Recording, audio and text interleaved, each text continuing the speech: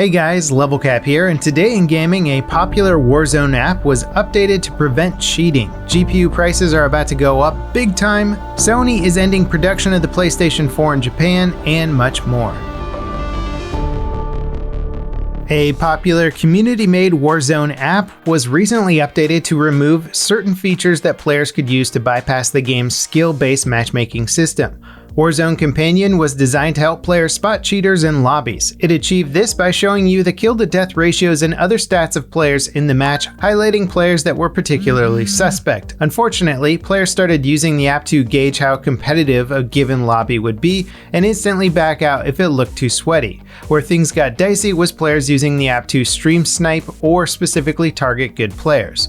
Warzone Companion's developer pushed an update for the app that only shows kill-to-death ratios after the pre-match warm-up and hides the average ratio until the end of the match. Mid-match stats that could be used to target specific players have also been altered to show relative rather than absolute stats. A side effect of the changes is that you'll no longer be able to spot cheaters before a match starts, but overall the changes are needed. Skill-based matchmaking has become a scorching topic of debate in the past few years. Much of that debate has been encouraged by developers' lack of communication and eagerness to be scapegoated by players frustrated with their experience in game. There are, however, some legitimate concerns and real-world data that back it up. I've even dived into the topic myself in a full-length video. If any of this stuff sounds interesting, be sure to check out that video. But overall, it's unclear what impact skill-based matchmaking really has. It's a complicated topic with a ton of nuance that either gets lost in translation or is too mysterious to make any sense of. Skill-based matchmaking stuff aside, the real story with Warzone Companion is that the COD community needed to make their own app to avoid cheaters in a game published by Activision. Whether that says more about how proficient cheaters have gotten at avoiding detection or Activision's failure to develop good anti-cheat tools is debatable. Whatever the case may be, it's a sad state of affairs. Players have been calling for better anti-cheat support in Warzone since the Battle Royale launched. To their credit, Activision have made a big dent in the cheating problem. They have even taken legal action against some cheat developers, but it still seems like a never-ending battle. Of course, Warzone's top issue right now is weapon balance, thanks to the DMR14. Hopefully the devs will get back from vacation soon and sort things out.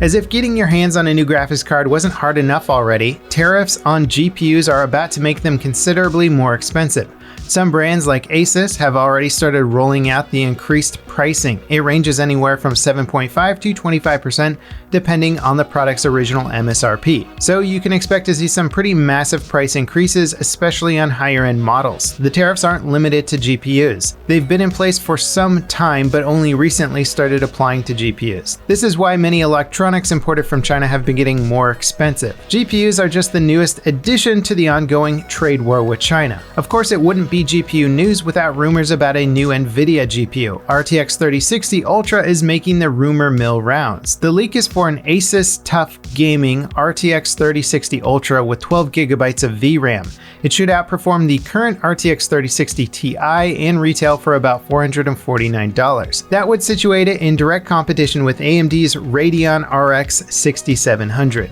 Sony Japan is officially ending production of the PlayStation 4 and PlayStation 4 Pro in Japan. All models except for the 500GB Jet Black Slim PlayStation 4 will cease production. It's unclear if this applies to just Japan or the entire world, but either way, it's a pretty bold move.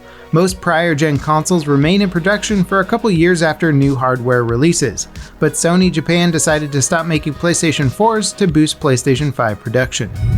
The Xbox Game Pass is getting a bunch of new games this month. Highlights include Injustice 2, Torchlight 3, the Yakuza Remastered Collection, and Skyrim Special Edition. Unfortunately, this means some games are being removed from Game Pass to make room. FTL, My Friend Pedro, Sword Art Online, and Tekken 7 are leaving on the 15th. Xbox Game Pass Ultimate is currently on sale for $1 until the 25th. From then on, it will be $14.99 a month.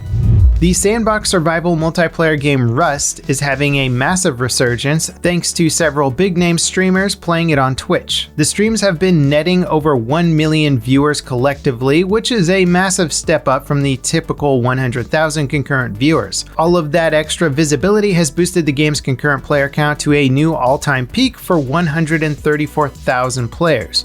Rust is getting some big updates these days, and the next one rolls out on the 7th. That update will enable Twitch drops for the game, which will likely boost its viewership even more.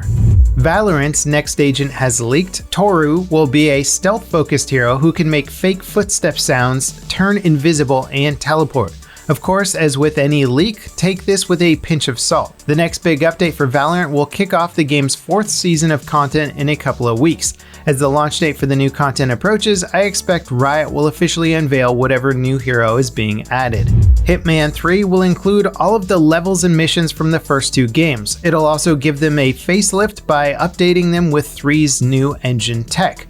We've known this for a while now, but there's one more trick up the legendary assassin's sleeve. The full install size for Hitman 3 with the first 2 games content included will only be 100 gigabytes. Considering both games together are over 120 gigabytes if you install them today, I'd say that's a pretty big win for Hitman fans. Save a bunch of storage space, get 3 games for 1, and it's all rendered with modern features like ray tracing. If the tank-like controls and twisted reality of the original Silent Hills games is something you've been missing, it looks like the Medium will deliver. The developers just released a 14-minute long video showing gameplay and some story elements of the upcoming game. It's launching on the 28th for Xbox Series consoles and PC. The gameplay looks like a blend of Silent Hill's atmosphere and world design with Resident Evil's puzzle solving and exploration mechanics. There's even some stealth gameplay that reminds me a bit of Alan Wake. If you're looking to go in fresh, I'd recommend avoiding the video, but for everyone else, it's a great dive into what looks like a really promising horror game. Before we get to our final story of the day, I wanted to give everyone a heads up about our YouTube Shorts content. Thanks to all the feedback you left in yesterday's video, it's clear you guys appreciate the content but don't want it clogging up your subscription feed. Until YouTube is able to come up with a clean UI that separates Shorts content from normal content, we'll be uploading our Shorts to a separate channel as well as social media. Links to everything is below, so be sure to check that out if you want the day's news in a bite-sized format. Cyberpunk's player base has declined by 79% since launch. A big falloff is pretty typical for single-player games, but the decline is nearly 3 times faster than The Witcher 3. That's likely the result of the game's numerous bugs and performance issues. While both games launched with some big problems, The Witcher 3 was a more playable experience. Cyberpunk might be a great game, but it's hidden behind a litany of distracting issues that players are clearly unhappy with. Also, it probably has something to do with a lot of the initial players just beating the game and the in-game content not being too entertaining. That wraps it up for today in gaming. Thanks for watching, guys, and I'll see you next time. This is LevelCap signing off.